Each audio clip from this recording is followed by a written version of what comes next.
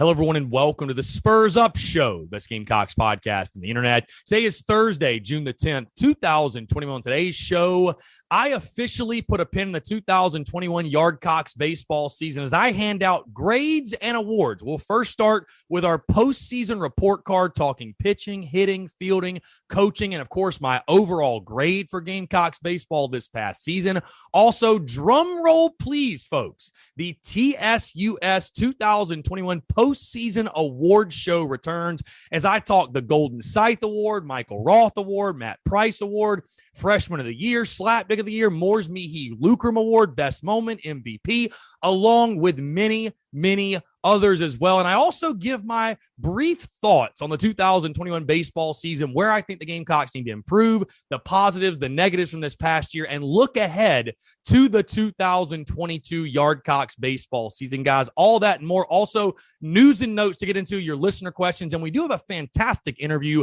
Former Gamecocks defensive lineman Cedrick Cooper joins me for a fantastic interview talking Gamecocks football that you surely will not want to miss, guys. We got a packed show here on a Thursday, and it's all brought to you by our friends over at Upstate Movers Group. Guys, Upstate Movers Group, superior moving service. They bring care and attention the companies can't offer because they're just too busy maintaining trucks and profiting off of them instead of focusing on service. Guys, service is what separates Upstate Movers Group from the competition. They're not a trucking company. They're a moving services company, and they're also employee-owned co-op. Their movers are paid twice the industry average, and everyone on the crew is invested in your success. They have dedicated professional crew members, and they also offer black glove service. They offer end-to-end packing services, custom crating and packaging for special items, and cleaning services as well. They're founded by Greenville natives and University of South Carolina alumni, guys, so a Gamecock-owned small business. They also offer 20 years of project management moving experience, and they can offer logistics and solutions that traditional moving companies simply do not have the skills for. Guys, whether in the upstate or across the state of South Carolina, if you have any moving needs in 2021, be sure to check out our friends over at Upstate Movers Group. You can find them on social media at Upstate Movers Group, or of course, if you have any other questions, go to their website, upstatemoversgroup.com. That's upstatemoversgroup.com. Be sure to check them out and tell them Chris from the Spurs Up Show sent you. Let's get it.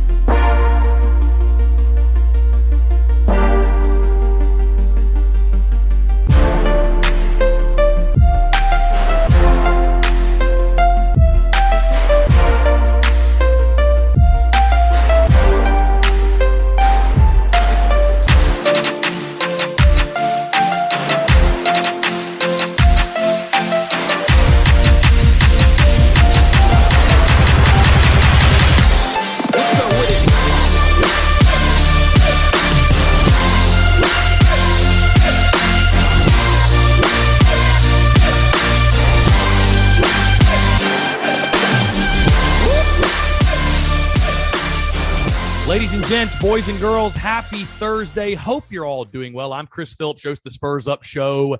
As always, appreciate you guys tuning in. We have got a packed show here on a Thursday talking Gamecocks baseball as I officially put a pin in the 2021 Yardcocks baseball season. And man, what a season it was. Again, guys, first things first, appreciate you all tuning in wherever this may find you, whether you're on the commute, you're at the office, you're on the job, you've got the day off, maybe you're on vacation, enjoying this warm weather we've got right now. I feel like the rain has finally started to move out of Columbia. We're starting to get the good weather back, that good hot South Carolina weather. I know yesterday it was a scorcher, so hopefully you're on a body of water somewhere. Hopefully you're drinking a cold beverage, whatever it is you may be doing. But again, guys, thank you all so much for tuning in. And you know what? I'm excited. I'm so excited to do this show, but I'm also kind of sad. I'm also kind of sad to do this show. One of the reasons I'm sad is because we're talking South Carolina baseball for what may be the last time for quite a while. Because honestly, guys, over the summer, we're getting into our preseason football content. As I told you guys before, there is no off season. We're getting into our preseason football content. With that being said, really nothing happening over the summer in regards to Carolina baseball. And, we might have some conversations here and there. I'd love to get the D1 baseball guys back on to talk Carolina baseball after the College World Series is wrapped up. And we'll certainly be keeping up with the guys as they, go to the MLB draft and go to their summer locations, whether it be the Cape Cod League or the Coastal Plain or whatever league they're playing in. But, this will be one of the last times we talk about Carolina baseball for quite some time, which is kind of sad for me. Like I said, it's crazy, guys. I'll tell you. it's crazy how this has been a strange week for me in the sense of, we've had Carolina baseball to look forward to and to talk about. I mean, for what, the past 4 months now, basically. And now we come into a time where we're getting in the summer and baseball season for South Carolina is officially over. What sucks also for me is, I know there's a super regional being played in Columbia this weekend and the College World Series is upcoming. And I certainly most likely will watch the College World Series, but I just don't have the motivation to watch college baseball right now. The wound is too fresh. It still hurts. And, I'm going to be bitter. I'm going to be salty. It is what it is. But again, always great to reflect and look back, especially when you have the type of season that South Carolina did. And that's what we're going to do today. Like I said, guys, you already know the drill because we did this at the midway point of the season, of the SEC season at least. I'm going to give my grades for the 2021 baseball season as a whole, as well as the 2021 Yardcocks TSUS Postseason Awards Show, and a ton of great awards we are going to hand out, guys. So without further ado, let's go ahead and dive right into it. First things first, we're going to start with the grades, our postseason report card for Gamecocks baseball. And you know what's crazy? I'm going to go ahead and spoil it. I ran a lot of polls the other day on social media, about 2 days ago. I ran a ton of polls asking you guys to grade the pitching, the hitting, the fielding, the coaching, and the overall grade for the 2021 season. We actually agreed on a lot of these grades, which I thought was really, really surprising because, how often do Gamecock fans agree on anything for that matter? But we seem to be on the same page for a lot of these, which kind of surprised me. But hey, great minds think alike. Let's start on the bump. We're going to grade the pitching in 2021. We'll start on the bump.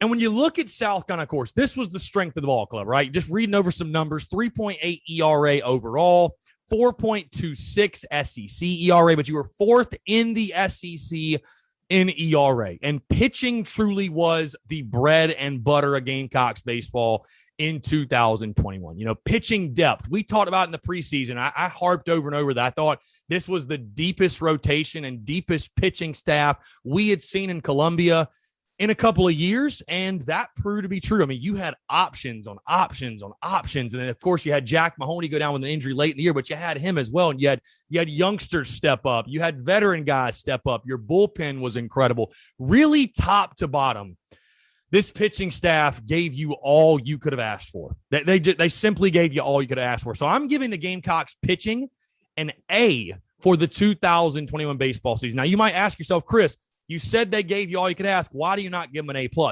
Here is the biggest reason why I am not giving the South Carolina pitching staff an A+ for the 2021 season. Again, an A is a fantastic grade. Let's not take anything away from that because you ranked in the top 5 of most categories in the SEC when in regards to pitching statistics. You think of batters struck out and opposing batting average against. You didn't walk a lot of guys, and obviously ERA. So South Carolina did its job on the mound.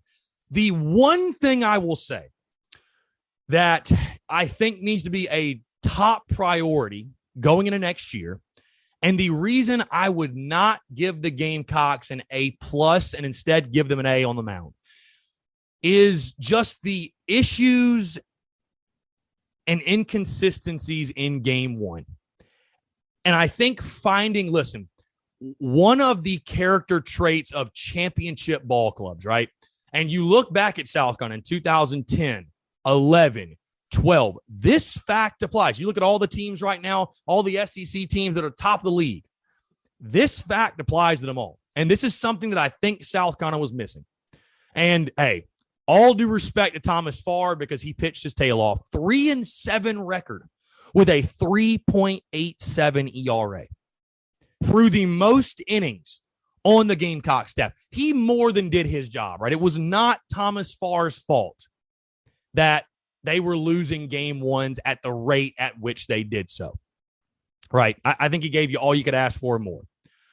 But one of the top priorities, in my opinion, going into next season for Gamecocks baseball, and I think you look at a guy like Will Sanders who can be this guy, and you think of some young guys that might come in and some other options you're going to have returning.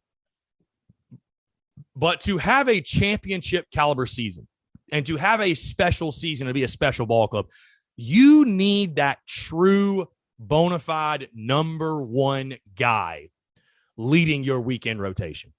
And Thomas Farr, as good as he was, when you're shuffling guys out of that one role and you move Brandon Jordan there, then you move Brett Carey there, that screams to me, we don't know who our number one is.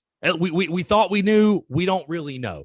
Again, in 2010, it was Blake Cooper. There's no question who it was. It was Blake Cooper. In 2011-12, there was no question it was Michael Roth. Going into next season, I think that's got to be a priority for Gamecocks baseball. You've got to find that number one and stick with that number one. Hey, we're going to ride our horse throughout the season. Like, he's that good. We trust him that he is that good.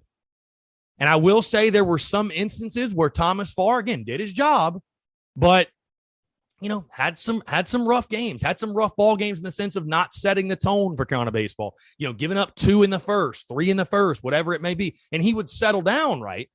But, you just felt a little uneasy about the ace of your staff. And if you're going to get to Omaha and be a championship caliber ball club, that cannot be a question mark on your baseball team. And I think at times, again, you saw Brandon Jordan shuffle in that role. You saw Brett Carey shuffle in that role. When South Carolina was going to Omaha, they had that undisputed number one guy. There was no question who the number one dude was. There was no question who you wanted to hand the ball to. So, again, I'm being very nitpicky. I'm splitting hairs. And when you see what Thomas Farr did in that Saturday game against Old Dominion, hey, he pitched like a certified ace, just like I thought he would. But I think that would be one of my top priorities for Gamecocks baseball next season, is to find that truly weekend in, weekend out, dependable guy. Because you saw it all across the SEC. We talked a lot about hitting this year, which we're going to get to the hitting in just a second. We talked a lot about hitting and the struggles and why you were losing all these game ones, right? It's because you're hitting. It wasn't because of your pitching. It was because you're hitting. But you looked across the SEC. I mean, listen, there were a lot of ball teams, a lot of ball clubs winning games 1-0, 2-1. Guys like Doug Nikhazy and Gunnar Hoglund, both on the same team at Ole Miss. You think of Jack Leiter and Kumar Rocker and Tommy Mace at Florida, and you think of some of these other guys all across the SEC, all these aces across the SEC. Sometimes you got to go win a ball game 1-0, and you got to have that ace who can go out and just flat out win pitcher of the week. He can go win conference pitcher of the week. He can just be flat out better than the guy he's going up against. So again, splitting hairs there. Pitching, though, gets an A. Top to bottom, I thought the starters were great. Even your midweek guys are great. I think that's the reason you saw South going to have so much success in the midweek, is because of the pitching depth. Your young guys pitched well. Your bullpen was untouchable for most of the season. So overall, my grade for Gamecocks pitching in 2021, I give the South Carolina pitching staff an A. Now, let's move to the hitting side of things. This is where things get interesting. This is where things get dicey, of course, with the hitting struggles in 2021. You look back, and just how much of a struggle was it for South Carolina? Get this, a 246 overall average, 228 SEC average. And I'll be honest with you guys, I thought it was going to be lower than 228. I really did. I thought it was going to be lower than 228. Just how bad were those numbers? You ranked 13th in the conference in batting average. I'd have to imagine you were dead last in just purely SEC average, but overall average, you ranked 13th in batting average. And you know what's wild to me is we kept defending this lineup, and I was the number one person. I kept defending this lineup in regards to power. I mean, you only finished 7th in home runs. So it's not like you were leading the conference in home runs, but, you have a terrible batting average. I mean, you were middle of the pack in the SEC in long balls and still yet 13th in the conference in batting average. Again, long story short, we all know the struggles that were South Carolina at the plate. You struck out way too much. Situational hitting was not there for most of the season. This team's recipe to victory this past season was pitch your tail off and pray to God you swing it just enough to find a way to get a win. I told you guys, I believe on the Monday show, something that's got to change with Gamecocks baseball going into next season. And it's an indictment. It's a telltale sign of just how bad the hitting was this past year. I mean, how many times, guys, did you feel watching games? We'd get down 2-0 and fans were like, oh, game's over. We're not coming back. We'd be down. We would, one of the most telling signs to me was game 1 of the Mississippi State series. You are down 3-0 going to the 7th. And God rest his soul, whatever. He's transferred Mag Cotto. You go to Mag Cotto in a game 1. And hey, I wish him nothing but the best, but was he your number 1 option out of the bullpen? Far from it. Absolutely far from it. Okay. And what that move said to me was, wow, we're not even going to put our number 1 bullpen arm in because we don't have faith and believe our offense can score 3 runs and make this a ball game. So our thought process is, okay, we're basically conceding this game 1. Why burn one of our best arms in a game we know we're not going to win? That mindset, that mentality has to change. It has to change. 3 runs, 4 runs, 5 runs in college baseball, it ain't jack shit, but it was for the 2021 group of hitters. And for that reason, I give the hitting in 2021 a D+. I mean, you had some nice moments, you had some nice stories, and we're going to get into our awards and such a little bit later in the show. Wes Clark obviously leading the SEC in home runs and, the big year he had. And you had, like I said, you had some nice moments at the plate with guys like Brady Allen and Andrew Eister and Josiah Seitler and Colin Burgess and some other guys. But as a collective, as a whole, watching South Carolina at the dish was like pulling teeth. I mean, it was brutal. It was brutal for most of the time. And like I said, that has to change for Gamecocks baseball in the sense of, being more of an explosive, a productive offensive ball club. The power was there most of the time. Again, you only finished 7th in home run. So unfortunately, you can't sell it as, we were just sacrificing average for, these gaudy power numbers. I mean, outside of one guy, your power numbers weren't really all that gaudy, to be totally honest with you. 7th in the conference. Now, if you were leading the conference in homers and hitting 246, I might say, okay, well, we're just a gorilla ball type of club, but you weren't. You actually were not. And that's why I started to talk later in the season, hey, productivity over power. Who cares about the long ball? Who cares? Find a way to drive guys in, situational hitting, 2-out hitting. And like Mark Kingston said, South Carolina just struck out too much. They just struck out too much, bottom line. I'm trying to find the numbers here in regards to, listen to this. The Gamecocks struck out more than any SEC team this season. 545 strikeouts for the Gamecocks. Second is Ole Miss at 543, and I'm sure they're going to pass South Carolina because they're still playing. But 545 strikeouts. Guys, it simply just cannot happen. I understand the culture of baseball. I understand how baseball has changed. It's all about the long ball and hitting a 500-foot home run. It's all about throwing 100 miles an hour, and guys just strike out, no big deal. Like being a productive baseball player, it's not the cool thing anymore. It's all about launch angle and spin rate and whatever. But at the college level, when this ain't about signing a $100 million contract, this is about winning baseball games.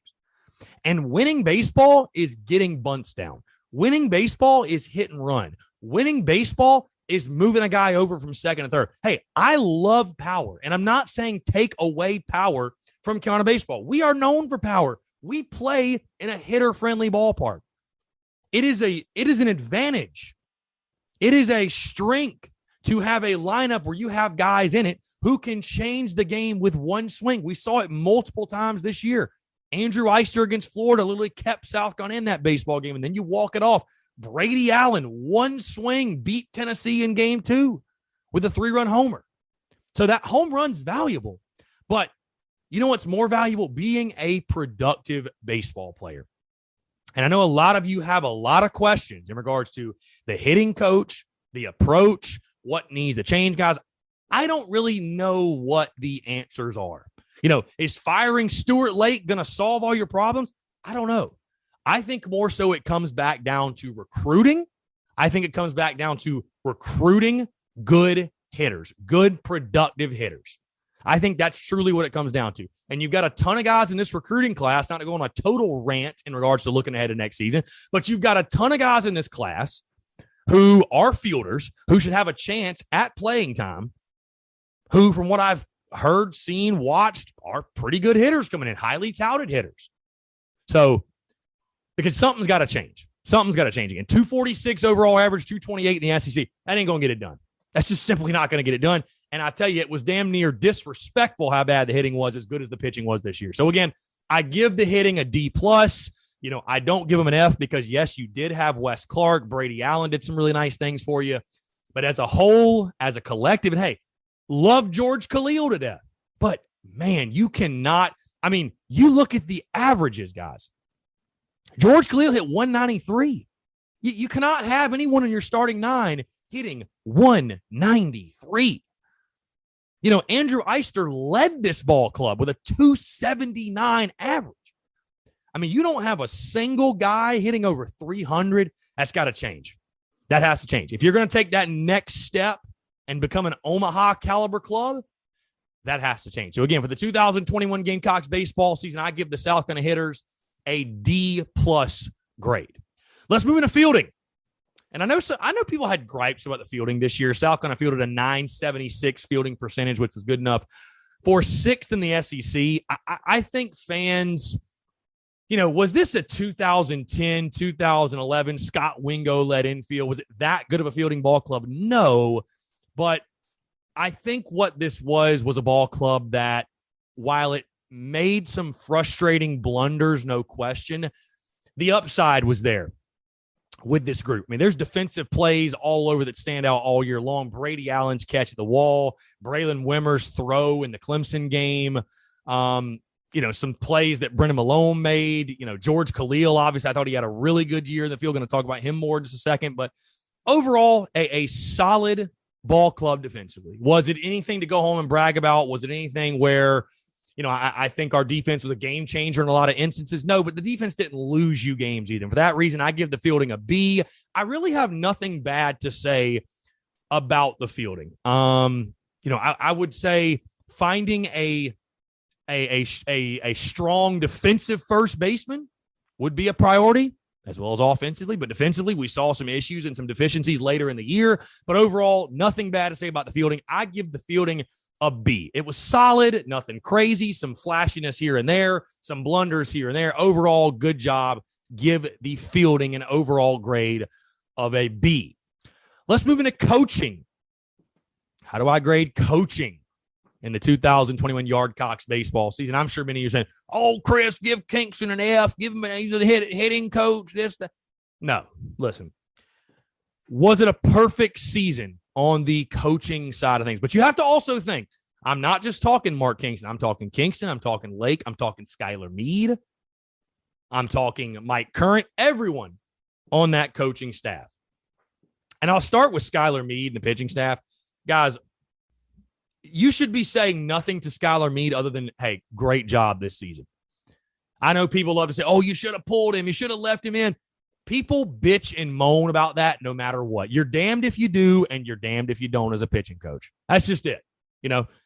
If you leave him in and he gets the job done, you're a genius. If you pull him and the reliever gives him a run, oh, you're an idiot. You know what I mean? Like, you're damned if you do, you're damned if you don't. Sometimes you just got to give your guy an opportunity to do a job.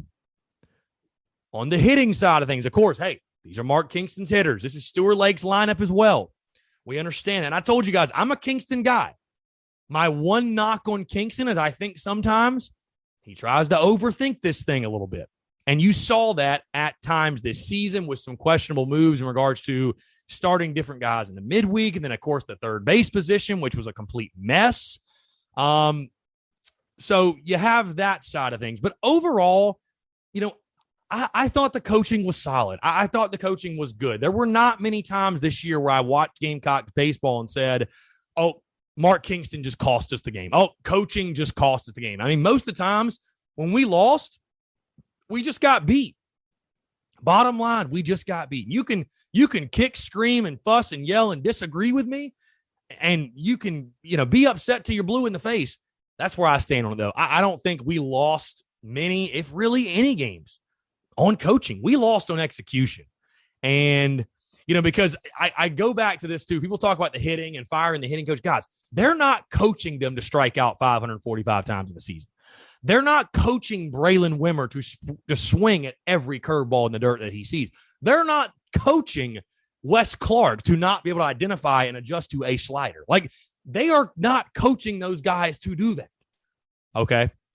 So, again, I think that comes back to recruiting and getting some big-time hitters in here that are going to fix some of those issues. But overall, the biggest thing I preached and harped on, and I'll say it yet again, is this. I have no issues if people want to go for Kingston's neck, if they want to go after Skylar Meade, if they want to go after the coaches. Hey, these are paid professionals. These guys are getting paid a lot of money to coach college baseball. By all means, hold them accountable, criticize, go after them, whatever, call them out if they make a bad move. But at the same time, if you're going to do that, keep your energy consistent and give credit when credit's due. There were many times moving Brett Carey to the starting rotation. That was a fantastic move. Moving Will Sanders to the weekend rotation. Great move. Moving Julian Bosnick into the bullpen. That obviously paid huge dividends. Pinch hitting Jeff Heinrich in key situations, and he would get a big knock for you. There were plenty of coaching situations. Hey, if like I said, you got to keep it both ways. How about Josiah Seitler, a guy I'm going to talk about in just a little bit? I mean, Josiah Seitler is a guy that went from being a nobody, nothing on this roster. He was your 3-hole hitter all season long. That's coaching. Like, give credit to coaching. If you're going to blame coaching when things don't go well, give credit to coaching when you have successes. And like it or not, hearing this, you had more successes than failures this year. So for that reason, I am giving the coaching a B+. Again, were there at some times, things left to be desired? Did I sometimes look at things and look at the lineup and go, God, coach, I feel like we're overthinking this thing a little bit. You're trying to reinvent the wheel. Hey, the third base position. There were other instances, but as a whole, I thought the coaching did a good job. There were really very, very few, if any, instances where I look at a game and say, oh, we lost this game because of coaching. I just, and guys, trust me, I would say it if I felt that way. There were not many times where I felt that way. So again, I give the coaching for the 2021 season a B+. Now, wrapping up the overall grade for the Gamecocks 2021 baseball season. 34-23 overall, 16-14 in SEC play. Breaking it down even further, 23-10 at home, 10-11 on the road, and 1-2 in neutral sites. So you look at this season, and like Mark Kingston said after the Sunday loss to UVA, and I think he put it beautifully. Hey, this was a good season, wasn't a great season, and we're trying to have great seasons around here. Hey, just getting to a regional, that's not the expectation of Carolina. Fans want Omaha. Heck, you see it all over social media. I mean, they want to wring Kingston's neck for not getting to Omaha, right? Totally fine. The expectations and the standard is what makes Gamecocks baseball great. But when I look at this season, again, 16-14 in the SEC, and that fit exactly with what I predicted in the preseason. I told you guys, hey, you go 15 or 15 and better in this league, you're a damn good ball club. Bottom line, you are a damn good ball club. And you went 16-14. You did not lose a series to a team ranked outside of the top 12 all year long. We all know about the schedule and the RPI and all that stuff at this point. You challenged yourself. You went on the road, played Texas, right? Now, on the flip side of that, and also, by the way, you took 2 of 3 from your arch rival, Clemson. A lot of good things happened this year. On the flip side, you had opportunities to get over that hump in regards to taking down a top team, and you could not do so. You went one and done in the SEC tournament yet again. For whatever reason, Hoover just continues to be a cursed place for the University of South Carolina's baseball program. So you went one and done in Hoover. And then, after an exhilarating game 1 win in the Friday game against UVA in the Columbia Regional, which you got to host, you lose the next 2 and get knocked out of the regional that was hosted on your home field. And now there's a super regional being played this weekend on your home field. So you missed a huge opportunity there. But when you look back at this season, like I said, I told you guys in the preseason, maybe it was just because I set realistic expectations for this ball club. I said this was going to be a super regional ball club, and this team was not that far off. This team was not that far off. It was a good season. It wasn't a great season. It was a good season. For that reason, I grade the Gamecocks 2021 baseball season as a B. Again, satisfactory. It was good. It wasn't great.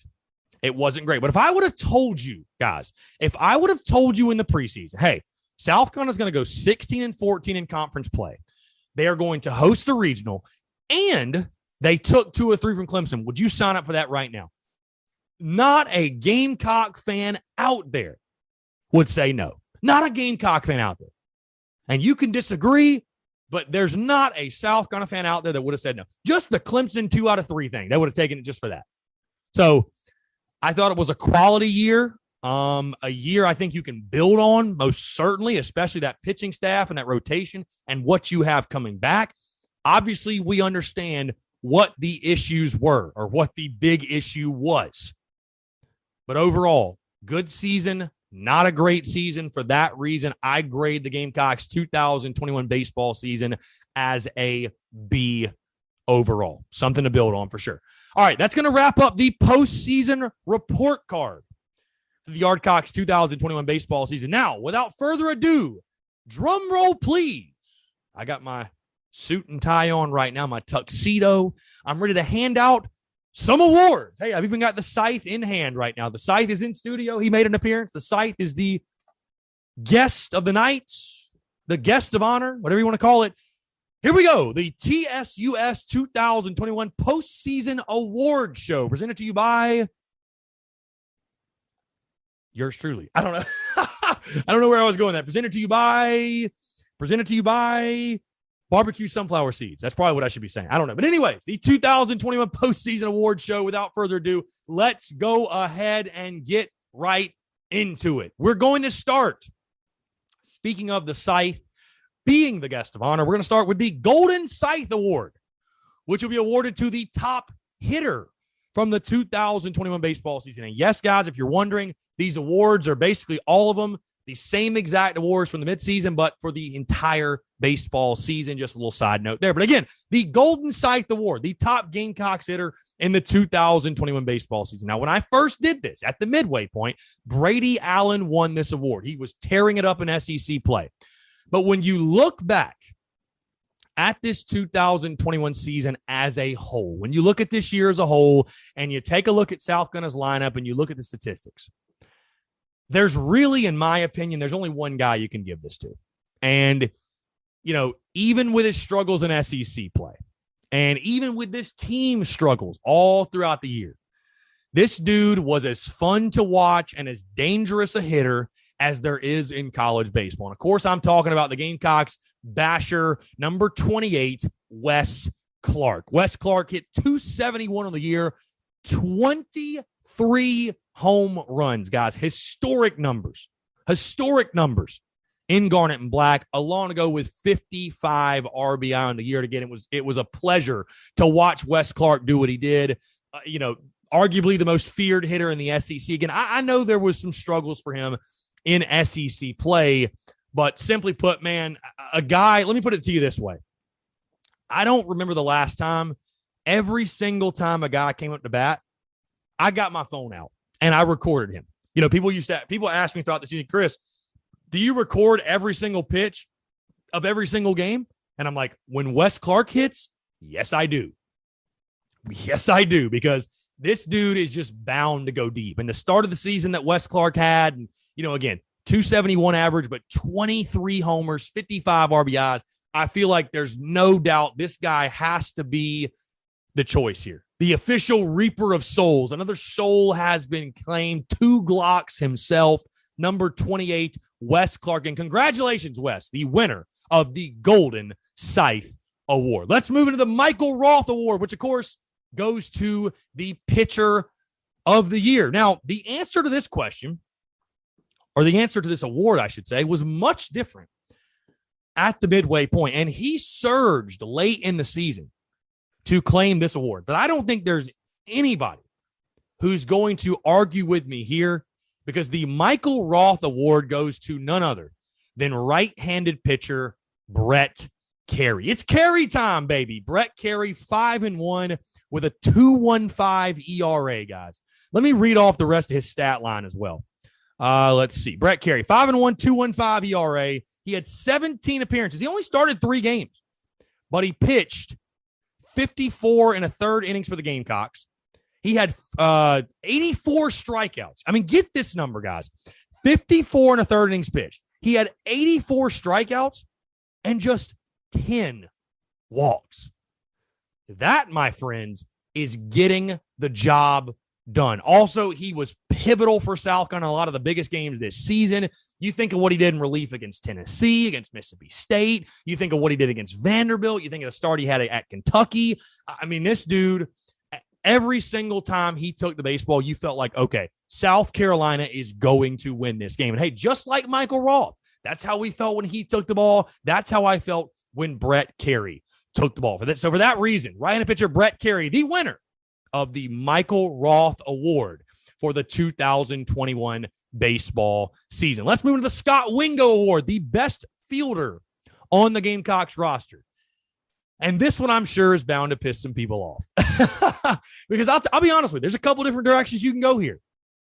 There's a couple of different guys that you can go with. But I think he got way too much flack for probably most likely the offensive struggles he had in the 2021 season. And, I mean, I get it, man. Like I said, he hit under 200, right? Didn't even hit his body weight, most likely. But Mark Kingston made it very, very clear early in this season, any offense he gives us, any, is a plus. We've got him in there just for his glove. And he fielded 972 this year, made just 5 errors. And I got to say, I think probably one of the best defensive shortstops in the entire country. The Scott Wingo Award goes to none other than shortstop George Khalil. That's my Aussie right there, as we like to say at Founders Park. No, seriously, man, Khalil, again, a really, really solid defender. I mean, he made tough plays look easy plays look routine. You know, him and Braylon Wimmer in the middle, I thought were a really dynamic duo. And again, George Khalil, you know, I know fans got tired of Georgie. I understand fans got sick of Georgie and his struggles at the plate, and I totally understand that. But all I'll say is this. I hope we don't miss him too much, but it's going to be a tall task for whoever's the Gamecock shortstop next season to fill the shoes of George Khalil defensively. I mean, one of the best in the entire country at what he did. So again, the Scott Wingo Award going to shortstop George Khalil. This is a new award I added for the Postseason Awards Show, the Matt Price Award, which goes to the reliever of the year. Now, this one's interesting because if Brett Carey would have stayed in the bullpen, he probably would have won this award as well. But of course, as we know, he ended the season as a starter. And I mentioned this guy a little bit earlier. You know what's crazy, guys, is, believe it or not, there are some guys who pitch better out of the bullpen, and there are some guys who just pitch better as starters. There are some guys who want to know, hey, I'm getting the ball every 5th day. This is my routine. I prepare myself to pitch. They like being on that schedule. And on the flip side, there are other guys who like to be ambushed. They don't like to know when they pitch. Hey, it gives them anxiety. They get nervous. They think about it too much. There's some guys like to be totally unaware. They get the call, boom, hey, you're going in. Hey, boom, I'm ready to go. I'm warm in 10 pitches. Let's get it. And I'm not saying this guy wasn't good in the starting rotation, but I think you saw his game jump and elevate when he went to the bullpen. And we all had the feeling, hey, you look at what he did in the postseason as well, guys. When he came in, I thought, okay, he's shutting the door. This one's over. This dude, it feels like he was unhittable. And, of course, who I'm talking about, the southpaw, left-handed pitcher, Julian Bosnick. Bosnick 4-2 on the year with a 2.84 ERA, had 4 saves for South Carolina. But, again, it goes so far beyond those numbers, in my opinion. Again, 50 2/3 innings pitched. He had 78 strikeouts and just 25 walks. Get this, guys. Hitters hit just 133 against Julian Bosnick. I mean, enough said. Drop the mic.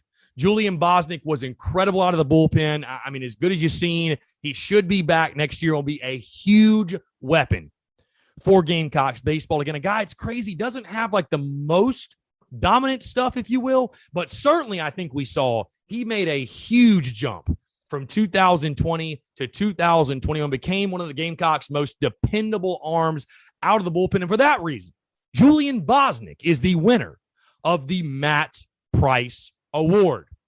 Let's move into Freshman of the Year. And this one, guys, is a no-brainer. This one's super easy. He literally just was named a Freshman All-American by Collegiate Baseball newspaper.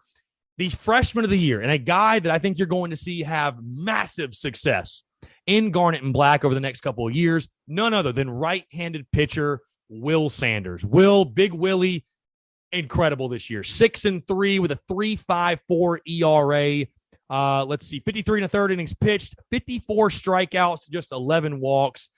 He was incredible. I mean, he was incredible. And really what impressed me, I mean, obviously the stuff was there. And you knew early in the season when he came into games late against Clemson, and you sort of saw it like, okay, this dude is not a typical freshman. You know, the way he's built, the stuff, but also the confidence, the moxie, the swagger. I mean, a guy who was willing to put his face in the fan and just did not give a damn. He pitched like a veteran, not a true freshman. Again, someone that Gamecock fans, you're going to be watching for a long time the next couple of years, and I think at the next level as well. Will Sanders was incredible. You know, some of his more memorable outings, like I said, against Clemson, pitching what I thought was so incredible, pitching on the road at Georgia, a state where he's from, and just shoving against the Dogs to win that series. Will Sanders was fantastic each and every single time he took the bump. So, again, my Freshman of the Year, this one a no-brainer, right-handed pitcher, Will Sanders. Let's move into Most Improved Player for the 2021 baseball season. And, again, this is an award I actually added for the Postseason Awards Show. We did not do this one in the midseason award show.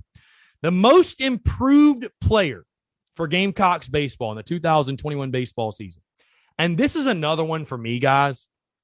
That's another no-brainer. And I don't know if you guys would know the backstory on this. So I first moved here to Columbia in August of 2019. And believe it or not, I'm this much of a nerd. I'm this crazy. One of the things I'm was most excited for was I was like, I get to go to every inter squad and scrimmage and watch our guys and get, kind of get the insight and get the scoop before opening day, right? Because we all know baseball scrimmages and all that, they're not really highly publicized events, if you will. So I was like, I get to go watch. And so I watched this guy in scrimmages in fall of 19. I watched him in spring of 2020. And I thought to myself, there is no way this guy has a spot on the roster. I'll just be totally honest. I thought there was no way, whether it was on the mound or at the plate. I did not think he'd be on the Gamecocks roster in 2021. And if you would have told me that he would at any point in this season be South Carolina's 3-hole hitter, I would have called you insane. I literally would have called you insane.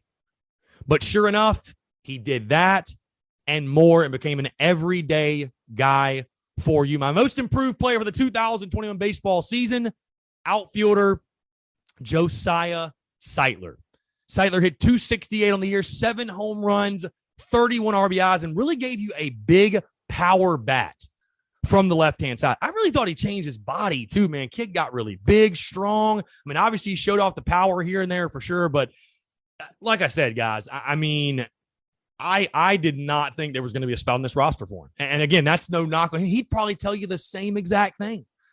You also saw him on the bump do his thing a little bit here and there. Started in the midweek for you early in the season. But Josiah Seitler, the improvements he made, he completely changed himself as a baseball player. Couldn't be happier for the kid. So again, my Most Improved Player of the 2021 Yardcocks baseball season, none other than outfielder Josiah Seitler. Now, let's move into Slapdick of the Year. And this one, there's many candidates, believe it or not. There are many candidates. Many candidates. I know, many of you are going to point at Nathan Hickey or the Missouri coaching staff, or the list goes on and on. But I tell you what, maybe I'm just salty. Maybe I'm still bitter. But the umpires, the umpires, to me, the umpiring crews, they've got to be the slapdicks of this entire season. I mean, I don't know what – listen, I don't want robots in baseball. I have no interest in that. I think the human element is what makes the game special. But my goodness, the umpiring from game to game, from night to night, was so incredibly bad. It was so incredibly bad. And I don't know what's got to change. I don't know if anything can change. But my God, it is the SEC. It is the best caliber of baseball in the entire country.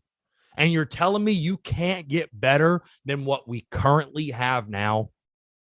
And I feel bad for the kids. Hey, as fans, we bitch and moan, but I feel bad for the kids, man, that are getting the bat taken out of their hand, that are having the game and the results dictated by umpires who want to be the spotlight and they want to be the attention. Can we get some competent umpires at the SEC level? Is that possible? So for me, hey, there were many candidates out there. There were many different directions I could have went with this. But the umpires in 2021, hey, y'all take the cake. So again, my slap dig of the year, umpires, period. All right, let's move to the Moore's Mihi Lucrum Award, which, if you forgot, goes to the heart and soul of the Gamecocks baseball team. The heart and soul of the Gamecocks baseball team. And this is another one that kind of a no-brainer for me. I gave him this award at the midseason point. I'm going to give this award to him yet again. It's got to go to outfielder Brady Allen. It's only right, by the way, the Reaper of Souls himself, the guy who, came up with this pretty much, the Moore's Mihi Lucrum thing and the Reaper of Souls and the Scythe and all that he get the award. But I really thought, not just on the field, but off the field as the clubhouse leader. And I've seen people on social media say, oh, this team didn't have great leadership. And that is the most bogus, outrageous, ridiculous thing I've ever heard. I thought this team's leadership was more than competent. It was excellent. I thought this team's leadership was great. And Brady Allen was at the forefront of that. I don't want to say much more because I'm going to get more into this in just a second and rave on Brady Allen. But the Moore's Mihi Lucrum Award, it's a no-brainer for me. Outfielder Brady Allen. And I said it many, many times throughout the season that he was the heart and soul of this Gamecocks ball club. I will say this, by the way, honorable mention has to go to Colin Burgess. I thought Burgess was a spark plug for us too. And the way that he handled the South Carolina pitching staff should not be underappreciated. It should not go by the wayside and be overlooked. What Colin Burgess did this year was special. But the Moore's Mihi Lucrum Award, to me, has to go to outfielder Brady Allen. Let's move into best moment of the 2021 baseball season. And there were many great moments, from the walk-off against Florida in one of the craziest games you'll ever see, to Brady Allen's 3-run shot against Tennessee in front of 100% capacity Founders Park. I thought that was incredible. To lay in the wood to Mizzou in that Sunday game, to taking down the Dogs on the road, to beating Virginia in that game one. But what moves the needle more than anything for South Carolina fans? Beating Clemson. There's just no other way to put it. Beating Clemson. And Andrew Eister's walk-offs, back-to-back nights, to me, that's got to be the best moment of this season. And I pair them both in unbelievable, incredible 48-hour or so span for Gamecocks baseball.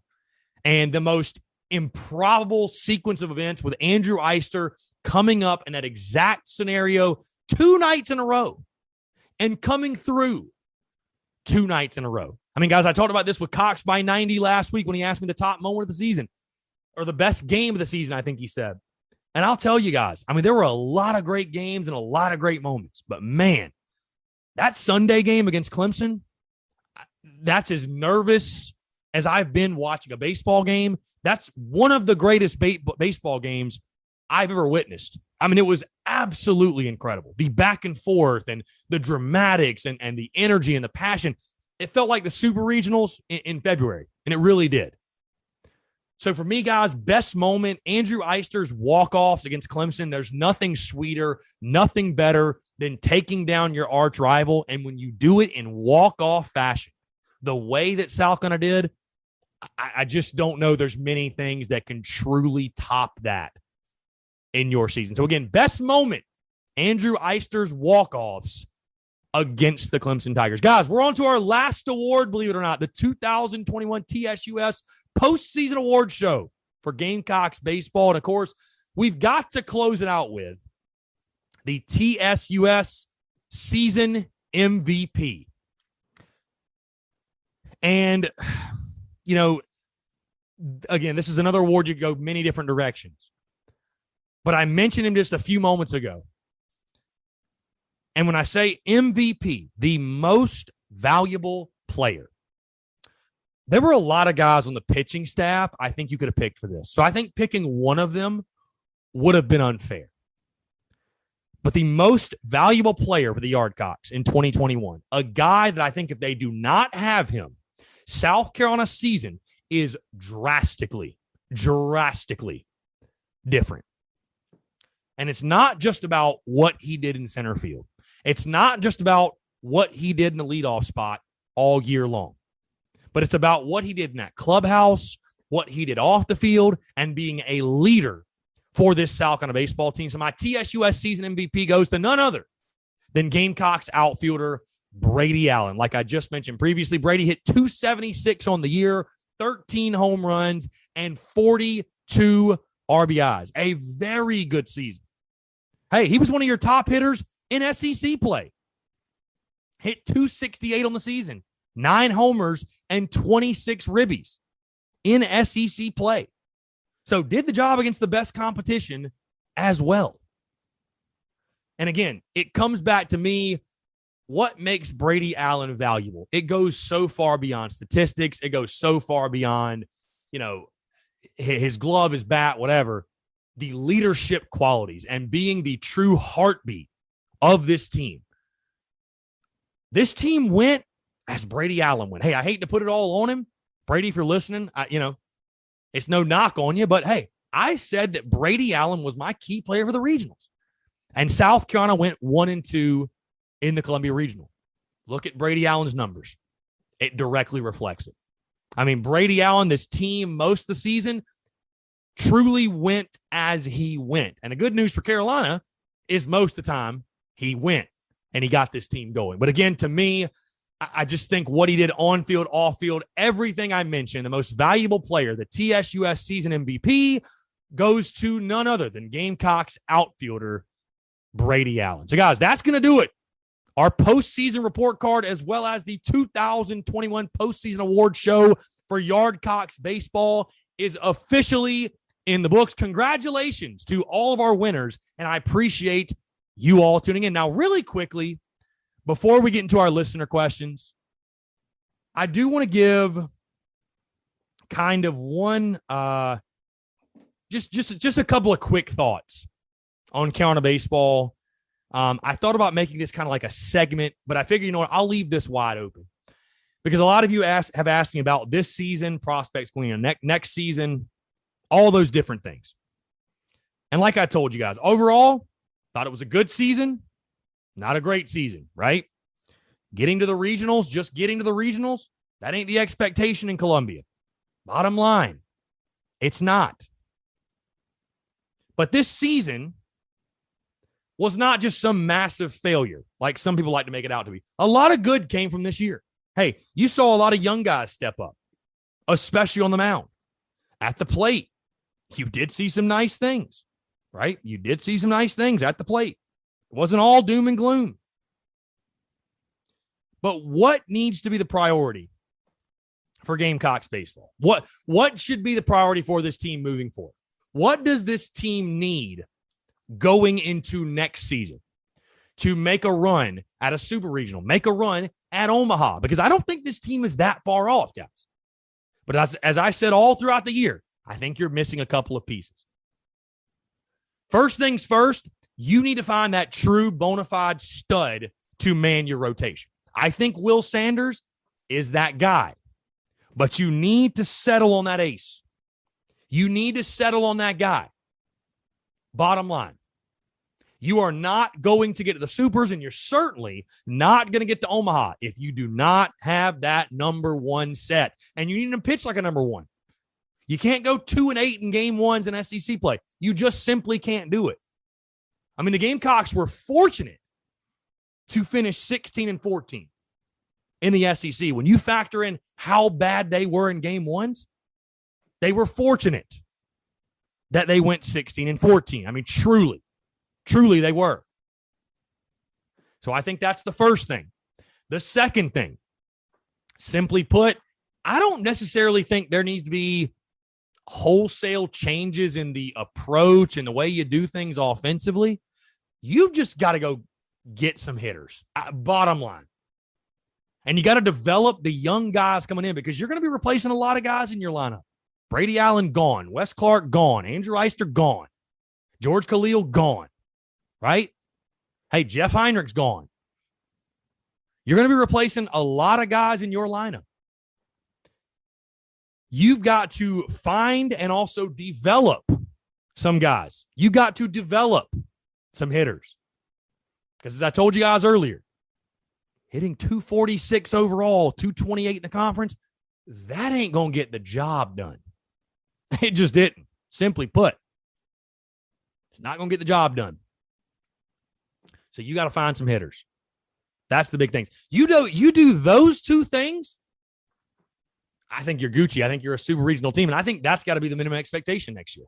I think hosting a regional and getting to a super, that's what we need to see next year. Continue to see progress. Continue to see this program get better. You know, there will be pressure next year. There will be pressure because year 5, Kingston's lineup. Hey, what do you do with your hitters, right? What do you do with your hitters?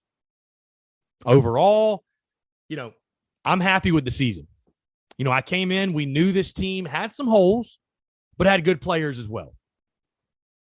And I thought you saw a bit of a mixed bag. Obviously, pitching was great. Hitting struggled. And what you get is a 34-win ball club and a 16-14 SEC team. Good season, not great season. The next step is going from good season to great season in year 5 of Kingston. So that's going to do it for me, guys. All right, let's get into your listener questions, and we'll dive into our interview. _Luke 10 Boyd _ says, I think the guys showed a lot of heart all year. Wouldn't want any other guys in the garnet and black. I'd agree with you, Luke. I'd agree with you. Yeah, this was a great group of dudes, honestly. Ali.Greer.7583 says, hopeful, exciting, ultimately disappointing. That's fair. That's fair. I mean, you lose a regional on your home field, and, you know, it stings even more now knowing you would have hosted a super had you taken care of your business. So, yeah, I mean, it's a tough pill to swallow, but, you know, it is what it is. Last question, Austin _Riggs12 said, Joe Sat best off the bench. Never plays first, did awesome, barreled up the ball. Yeah, I mean, and Joe will obviously be gone. You know, that was his last collegiate game, but I thought Joe did a pretty good job coming off the bench. You make a very good point. I thought Joe did a pretty damn good job for what it was worth for South Carolina this year. So, all right, guys. Hey, don't go anywhere. We got a great interview coming up. Former Gamecocks defensive lineman Cedrick Cooper. Really, really fun stuff talking to Ced. He obviously played in the glory days of Gamecocks football. We talk about that. Steve Spurrier beating Clemson. Much, much more. A great conversation, guys. Sit back, relax, enjoy. It is all brought to you by our friends over at Manscaped. Guys, Father's Day is just around the corner, and you probably need a gift for a hairy dad. Make your dad proud this year and get him and yourself the Manscaped Lawnmower 4.0 and Ultra Smooth package. You know what they say? Like father, like son. The brand new Lawnmower 4.0 and Ultra Smooth package is perfect for you and the dad in your life to complete your grooming game. Get 20% off and free shipping with the promo code TSUS at manscaped.com. Again, guys, we've all been there, right? You're getting ready for a date, whatever it may be. You're just trimming up. You cut yourself, you nick yourself, you're bleeding, it stings, it hurts. It's just no bueno. It's no good for you. Manscaped is the only men's brand dedicated to below-the-waist grooming, and their brand new shaving tools just dropped right in time for Father's Day, guys. The Lawnmower 4.0 trimmer is now available in the USA and Canada. What makes this waterproof trimmer different from all the other trimmers, you may ask? This 7,000 RPM trimmer features skin-safe technology to keep your balls in check and has helped reduce manscaping accidents around the world. Guys, a new multi-function on and off switch can engage a travel lock created for jet setters. Also, the Lawnmower 4.0 gives you the ability to turn the 4,000K LED spotlight on and off when needed for a more precise shave. Also, guys, additional guard lengths with sizes 1 through 4 to let you trim to your liking. Guys, I love investing in the best new technology and advancements, and I'm blown away by the performance. The craftsmanship and details in the 4.0 are next level. Guys, if you want the complete package, the Manscaped Ultra Smooth Package is a 3-step kit to help keep your family jewels protected. Step 1, the Crop Exfoliator. Infused with ingredients that can soothe, clear, and keep the skin on and around your groin feeling refreshed, reducing the risk of ingrown hairs by your delicates. Step 2, Crop Gel. See where you're shaving with our unique clear shaving gel just for the groin. And step 3, of course, guys, it's time to shave, right? The Crop Shaver was designed for shaving the groin area with confidence. 3 precision blades include extra wide lubricating strips and a pivoting head for the ultimate groin grooming experience. All 3 of these vegan, cruelty-free, and sulfate-free products are included, so you know your manhood is in good hands. Guys, stop imagining your dad has it covered, because let's face it, he probably does not, right? Get 20% off plus free shipping with the promo code TSUS at manscaped.com. That's 20% off with free shipping at promo code at manscaped.com with promo code TSUS. Guys, it's dad bod season. Time to get smooth. This is the perfect package for you and your dad's perfect package. Guys, appreciate you all tuning in. Now enjoy this conversation with former Gamecocks football player Cedrick Cooper.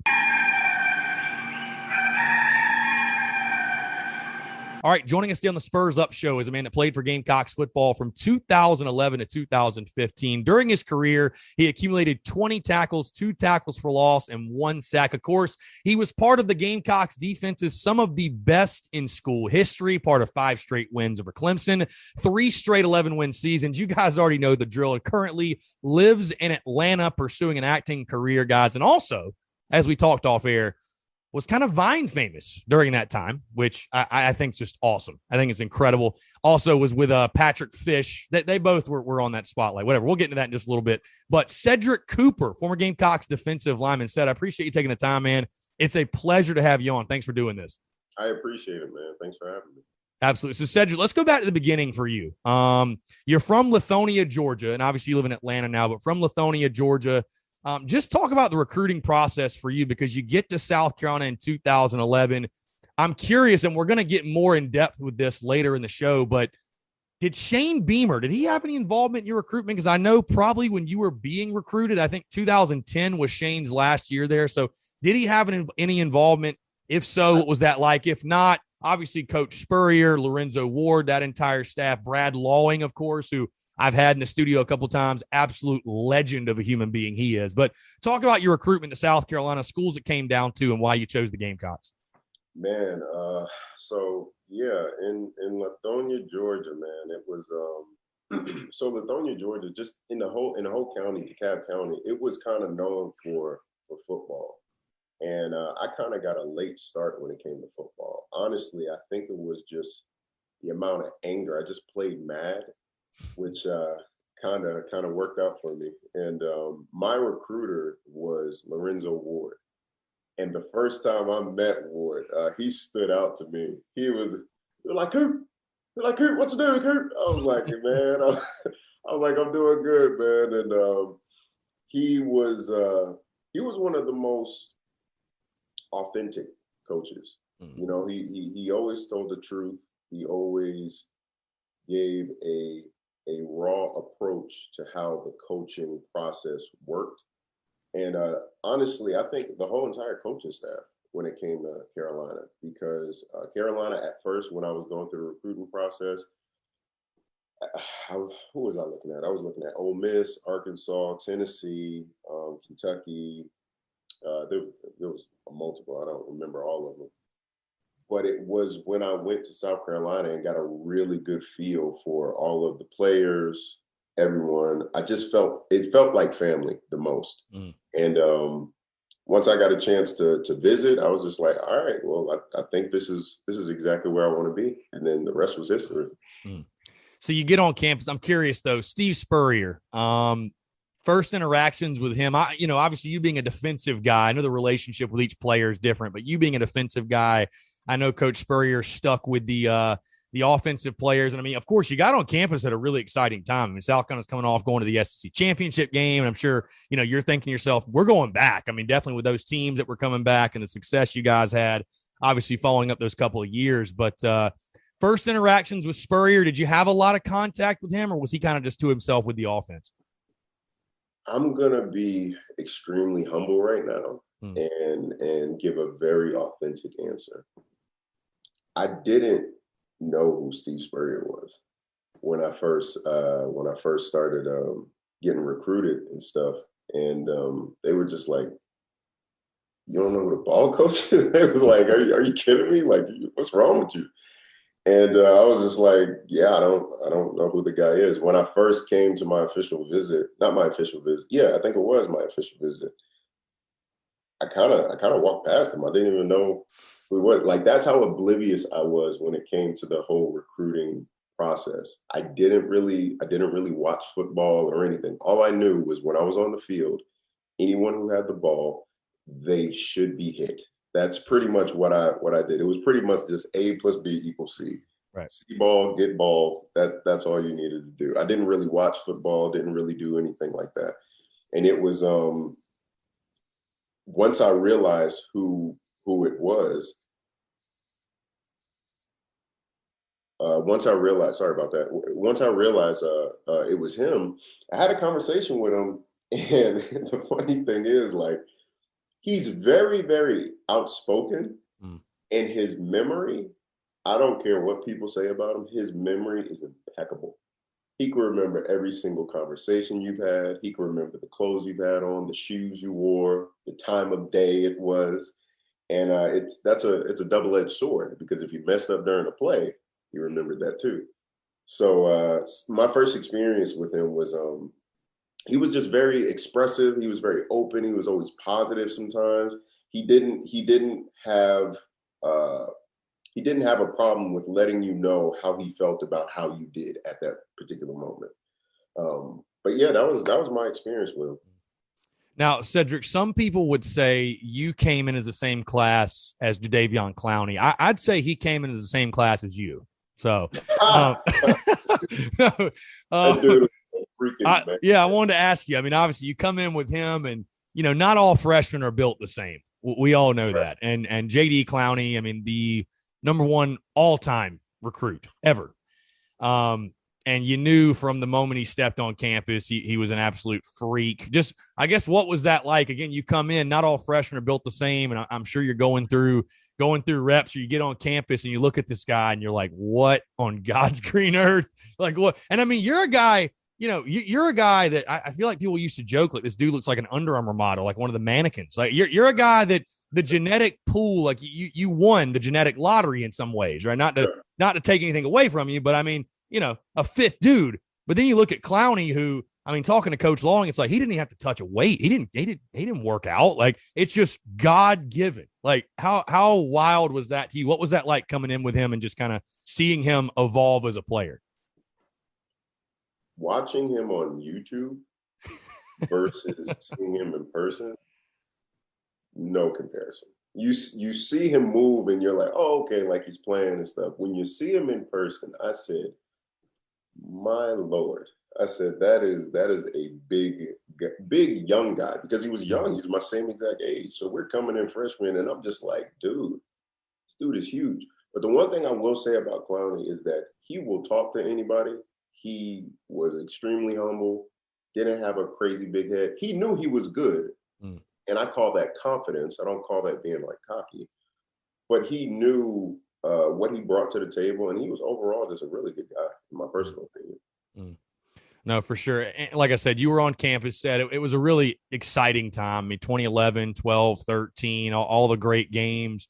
I see you came in right as a linebacker, right? And then transitioned to defensive end. What was the, I guess the overall involvement of the position you played on the field. Did you feel more comfortable hand the dirt, defensive end, or more standing up at the linebacker position, or kind of a mix of the two? Like, and obviously you played for the great Brad Lawing, who, again, I've had him sit in here, and he is a mad scientist when it comes to pass rush. I mean, he's told me all kinds of things. Like, I never thought of that. He's like, if I know where your center's going, it's over. And it's just like I never even thought about it. But what was for you personally as a player, the evolution of your role on the field? How did that change?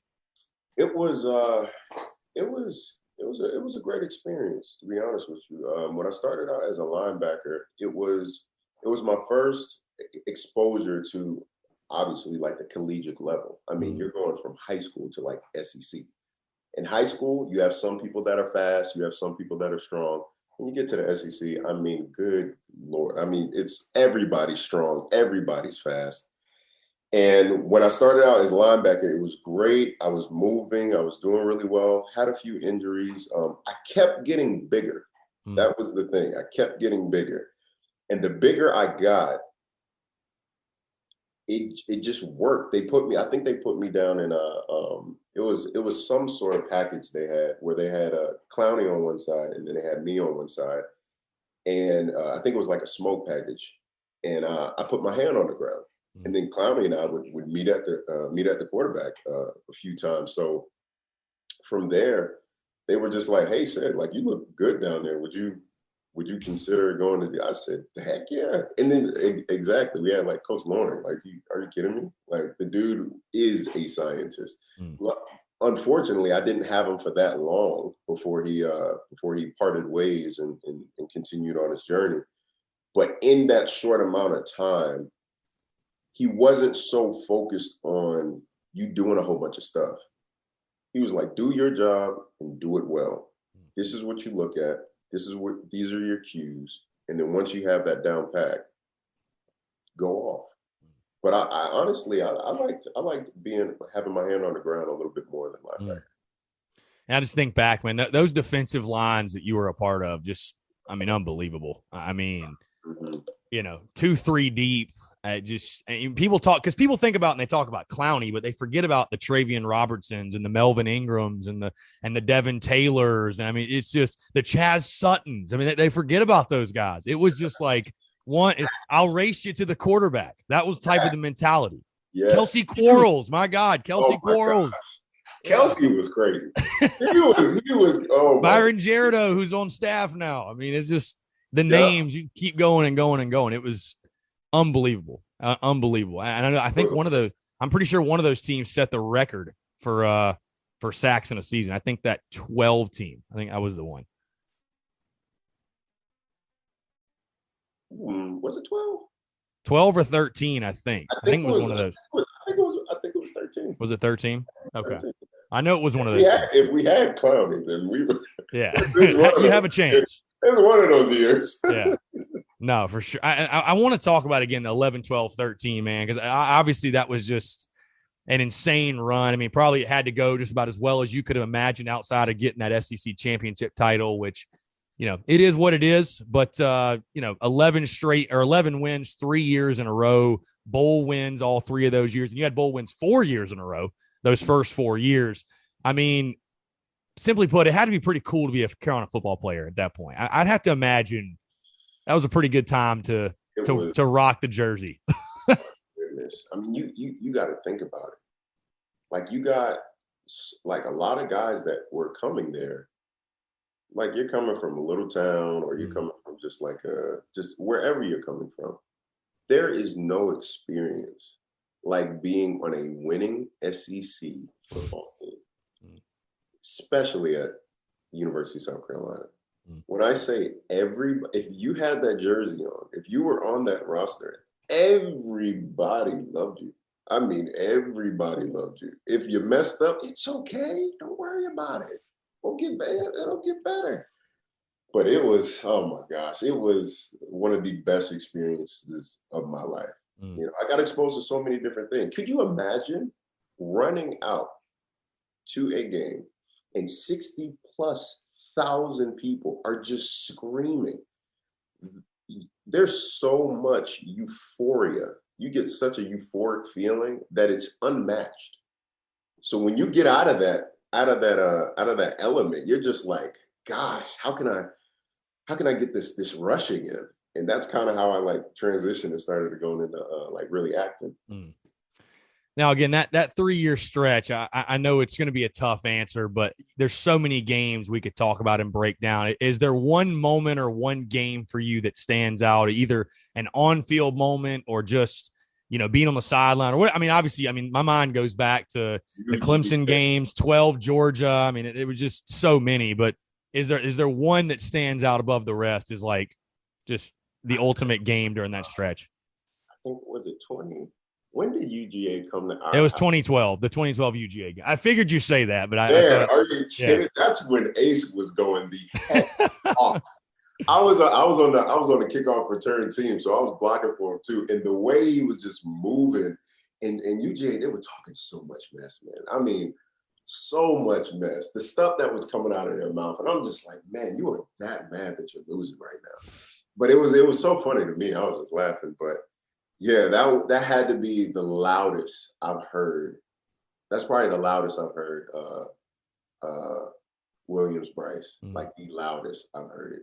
Yeah, my head was ringing the entire time. Yeah, I was going to say a lot of fans said it's still the greatest quarter of South Carolina football ever, that first quarter. I believe so, too. Capped off with the Ace Sanders punt return. Yes, Ace was like, he's legendary for those. It's just crazy, man, how things change. Because I think back to that night, the different set of problems we had then than we do now. I remember being pissed off that we let them score. I was like, how are we going? We got to get the shutout. Come on. Just being lazy, sometimes when you get that, when you're ahead, you're just 35-0 in the fourth quarter. I mean, you're just golly. Well, I want to ask you and get your perspective on this, man, because again, it turned a different way in 2014, and then of course 15, what happened. But did you at all see that coming in 14? Like, was there? Because I know as a fan base, I don't think anybody. We all just kind of expected, like, okay, we're ranked preseason top 10 again. A&M's coming to town. We're just gonna whoop their ass and just kind of keep it rolling. And DT's gonna do his thing at quarterback, and we just reload. And obviously the 2014 season was, and it was a lot of close losses and really interesting. I think maybe some of the good fortune we had in that 3-year stretch, I don't know, maybe the ball bounce is kind of funny, but what was it like, I guess, going through that 14 season? Because I highlighted by the 2014 Georgia game, which I was at, and that was a blast, by the way. And to talk about a team that was talking junk, I remember specifically Todd Gurley getting up in Bryson Allen Williams' face, specifically headbutting him, and we got called for the flag. But the 14 season as a whole first, I mean, what was that like going through that? Were you surprised at how that season went? Honestly, very. I was very surprised, and it was a bit of a shock. It was a shock to a lot of us. We didn't. I mean, we still were pretty stacked. We still had a lot of good guys. And honestly, I think people just kind of got accustomed to what it was that we were doing. We weren't doing anything extravagant. We weren't doing anything that was like, we pretty much got predictable. And then once people realized it, they were just like, okay, they're going to do this, they're going to do that, they're going to do this. And then once they kind of got used to that, then it was just, because we didn't have crazy powerhouse like Melvin or Clowney just pummeling through the line, meaning like it doesn't matter what you do, you're still going to get hit. But it was a bit of a shock for me. Now that 2014 Georgia game, like I said, I remember seeing you on the field a good bit. I mean, that was another one that place was shaking that day, that night, I should say. You remember we had the 1.5-hour delay, and oh yeah, I mean the Roosters were feeling pretty good in the student section throughout the stadium. Yeah, I mean, memories from that game at all? I mean, obviously the Marshall Morgan missed field goal and then the 4th and 1 at midfield, but I mean, dude, I just feel like beating Georgia. You guys had a ton of success against Georgia while you were there. It was incredible. Oh yeah, I mean, it was honestly, it was just surreal, man. It's like those moments. Like sometimes I play them back. Sometimes I have dreams about them. Sometimes, like just reliving it, and I'm just like, I'll wake up with like goosebumps, like just from anytime I think about it, yeah, I'm getting goosebumps now. It's like anytime you think about it, it gives you a rush. And moments of that just hitting Todd Gurley. He was a big guy. Yeah. I mean, he's still a big guy. Yeah. But at that time, you weren't seeing running backs that were like 6'2", 6'3" at that size, just running and pummeling through like that, So for me, it was just a very physical game. And learned a lot. It was pretty crazy, man. Yeah.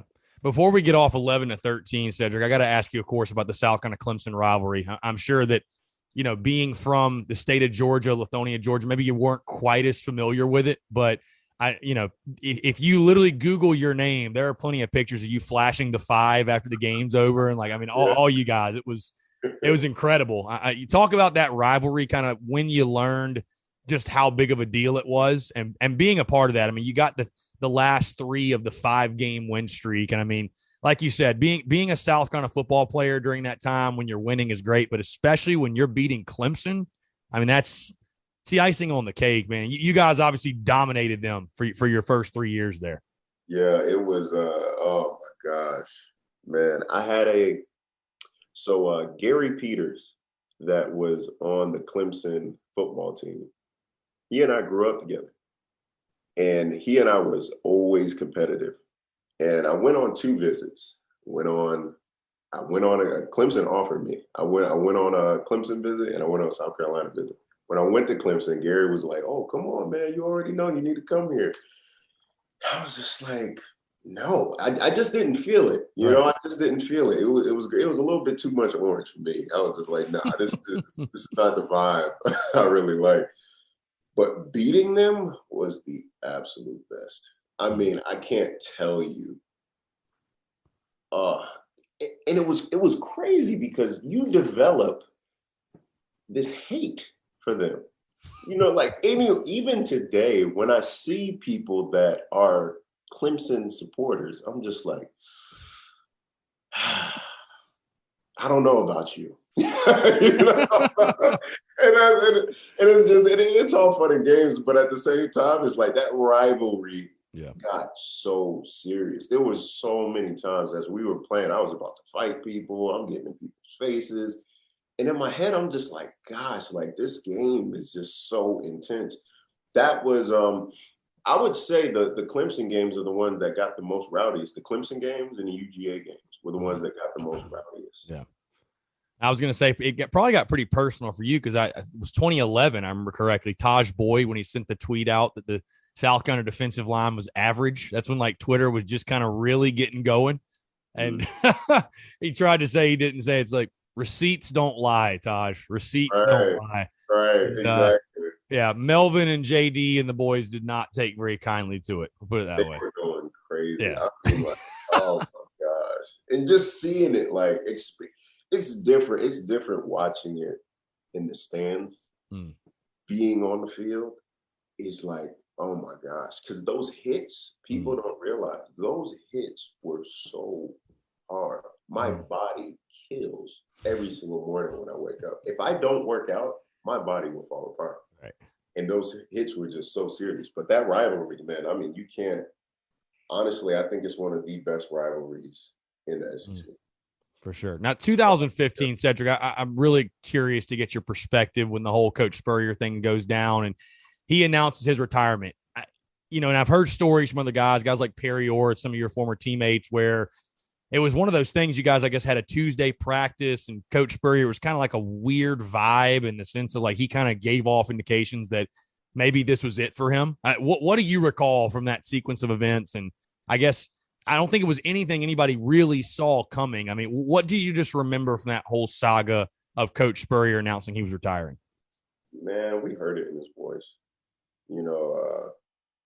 For a man that loves what he does so much and the legacy that he built, you can tell how painful it was for him to really express it to us. A lot of the guys there, I mean, a lot of guys, it was a transition there. A lot of boys became men at University of South Carolina, and Spurrier was a part of that sometimes, along with a lot of the coaching staff. And so when he kind of, that's just like the CEO of a business that has been doing really good, has some good years. This is one bad year. The CEO just saying, yeah, I'm going to step down. And you're just like, wait a minute, what? And you could just hear the defeat in there. And, he's trying to be positive. He's trying to be empowering and just say, we're going to be all right. But we knew it. We heard it. It was you kind of don't want to believe it at first, because you're now a part of the class. Because now sometimes we feel like we're the class that caused him to like part ways, So it was a bit of a shell shock. But sometimes, that's just the game. It's just a business, and when it happened, things just had to keep moving.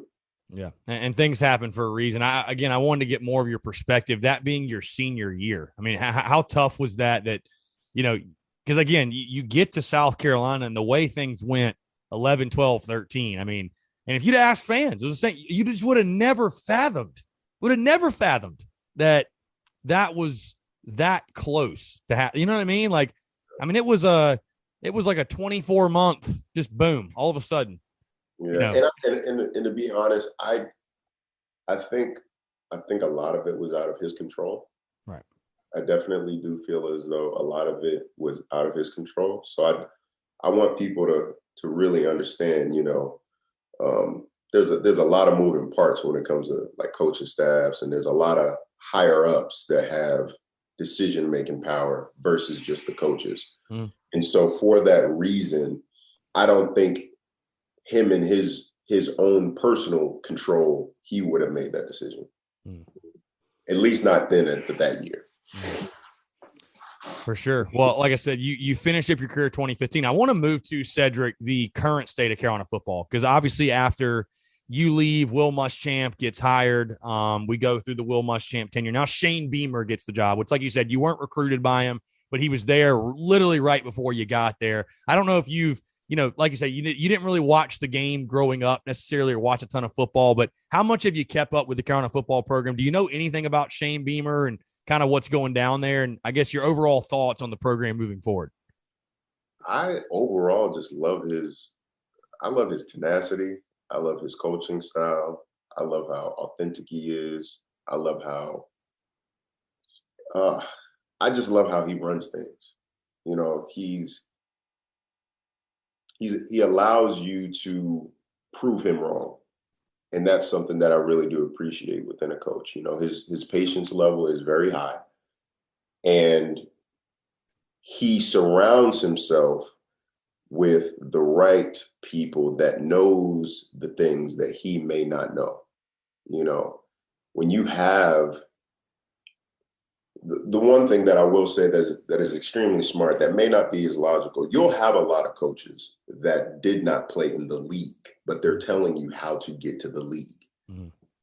And for the simple fact that majority or almost everyone in his coaching staff has went to the league, played, and then decided to coach, they have a different perspective on things. They've actually played in the actual position that they're coaching.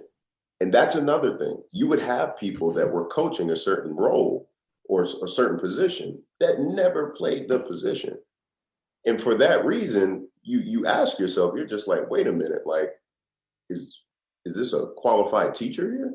But at the same time, Beamer knows what he wants. He knows where he's going. He has a good vision. And overall, I like him as a coach. For sure. Yeah, I know we're all excited for the Beamer ball era, of course, getting going this fall.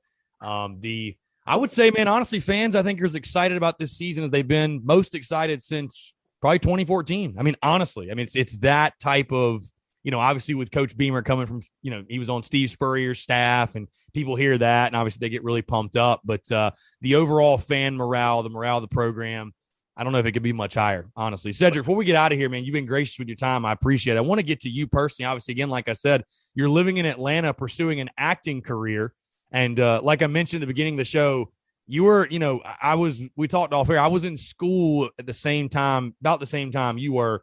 And we all know about TikTok right now, but Vine was the big thing. And you and Fish just crushed it, just crushed Vine. So I'm not surprised to see you. You always had like that very big personality, very outgoing personality, big smile, everything. And I watched some of your work, really, really good. Just kind of talk about where that love for acting came from, and honestly, following your passion, what you want to get out of it, how you want to see it go through, if you will. Like, what's it been like pursuing that and chasing the dream? So acting for me was kind of like my outlet. When you're in school, you got workouts, you got study hall, you got to remember plays, you got to do this, you got to do that. It wasn't until I took one of my first theater classes in Professor Duffy. I wonder if he's still at University of South Carolina, Professor Duffy. And when I got in there, and there was like other football players there too and whatnot, I took it so serious. I wasn't that much of a talker at the time when I was in class, but I took it so serious. And when he gave me the stage, when he allowed me to express and act, I fell so in love with it, man. And decided to minor in it. So that was my minor in fine arts there at the University of South Carolina. And I went through all the courses and did the plays. And it was something that I just ultimately just fell in love with. It was something that I really felt as though was my calling and what I was kind of created to do. And for the longest, people have always called me dramatic. They've always called me silly and Terry Crews and you're going to be on TV and everything. And I never really paid it attention.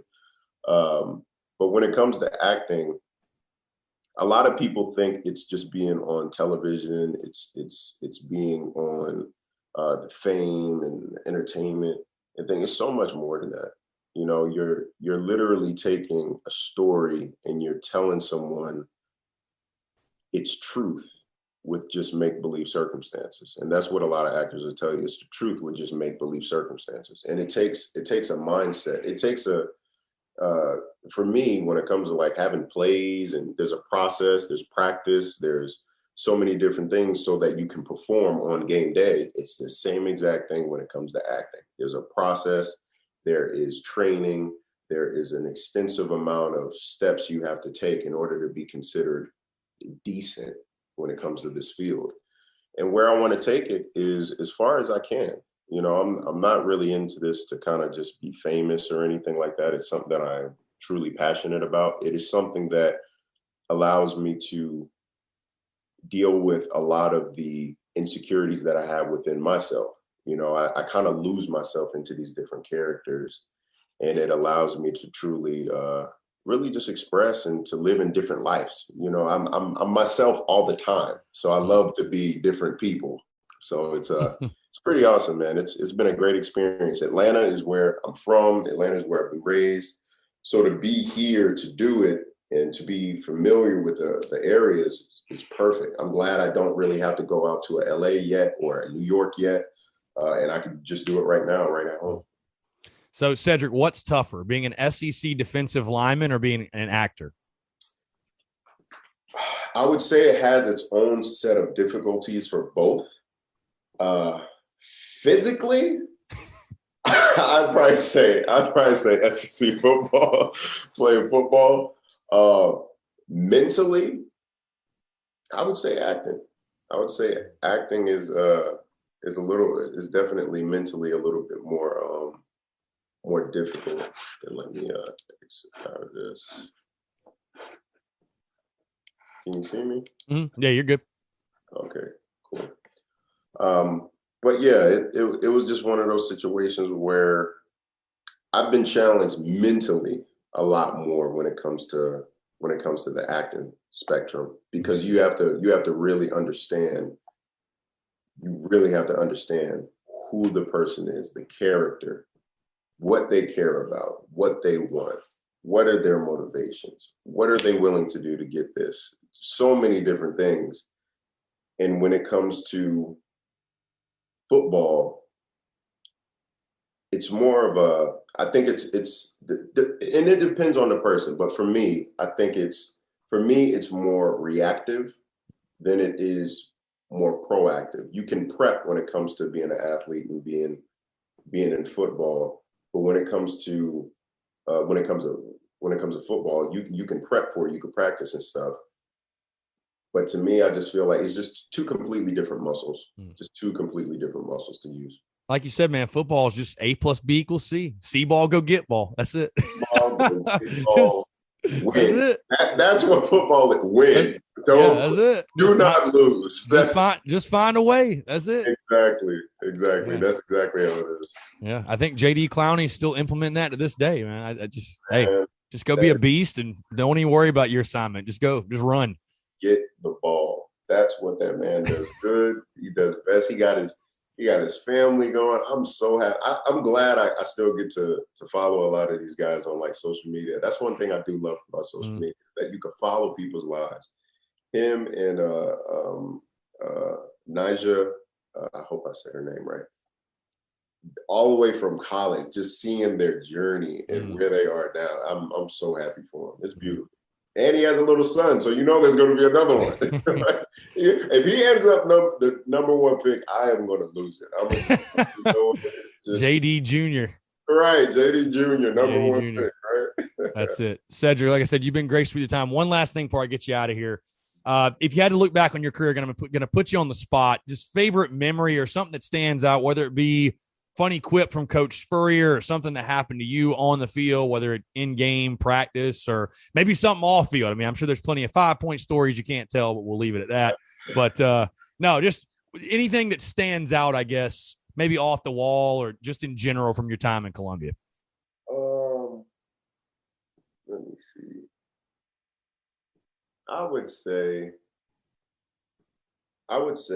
the one thing that I really did appreciate that really stood out to me was, you always have those certain coaches that were very, very impactful for you. They were very, very impactful. And one of the coaches that was extremely impactful for and I can speak for a lot of us was Deke Adams. Deke Adams was one of those coaches that he said, I'm going to coach you, but he says, I have 2 sons. He said, and I'm going to talk to you guys like y'all are my sons and y'all are my family. And he instilled principles and morals into us outside of just playing the game. And I tell him this till this day, because I still be in contact with him every once in a while, shoot him a text. And I tell him like his coaching really was impactful. He really helped me get through a lot of different things that I was going through when I was in college too. So that's one thing that really, really, really did stand out to me. And I will shout out to the University of South Carolina's process of getting the right coaches in there, because outside of just winning games, they're people, they have families, and they're overall just really good guys. For sure. Well, Cedrick, like I said, this has been a pleasure, man. Thank you so much for doing this. Again, best of luck, by the way, with the acting career. Of course, we'll be following along with that. But I know I can speak for all Gamecock fans when I say it was a pleasure to watch you, and obviously your teammates do what you did. And watching you in the Garnet and Black, man, was incredible. Are you on TikTok, by the way? Do you dabble in that? Yes. Oh, see, now here we go. This is I do have TikTok. My TikTok is Ced Loves LUVS Daij, DAIJ. That's my wife. She went to University of South Carolina too. She was on the Okay. Yeah, and let everybody know where they can find all your reels and all your content, stuff like that. I told you, I was checking out your YouTube page. I mean, obviously, we want people to see this. Let them know where they can find it all. Yeah, so you guys can follow me on Instagram, also TikTok, just in my TikTok. My Instagram is Cedrick_Cooper. More projects to come. I'm also writing a lot of different things of my own. And anyone that is open to just collaborating and networking and building the right relationships within the entertainment industry, reach out to me. Let's work. Anyone that has scripts that they want to work together on or something, reach out. And I'm all about collaborating and making everyone better. So follow me on Instagram. I don't have a Twitter, and Facebook is just Cedrick Cooper. You're probably smart for not having a Twitter. I'll just leave it at that. So that's exactly that is why I deleted it. I deleted it years ago because I was like, "This is not where I need to be." Absolutely. Hey, That's a good call, honestly. Well, Cedrick, like I said, again, I appreciate you taking the time, man. It was a pleasure doing this. Let's definitely chat again soon for sure. Absolutely, brother. I appreciate you. For sure. He's Cedrick Cooper. I'm Chris Phillips. We appreciate you guys tuning in, and we'll catch you next time episode of the Spurs Up Show.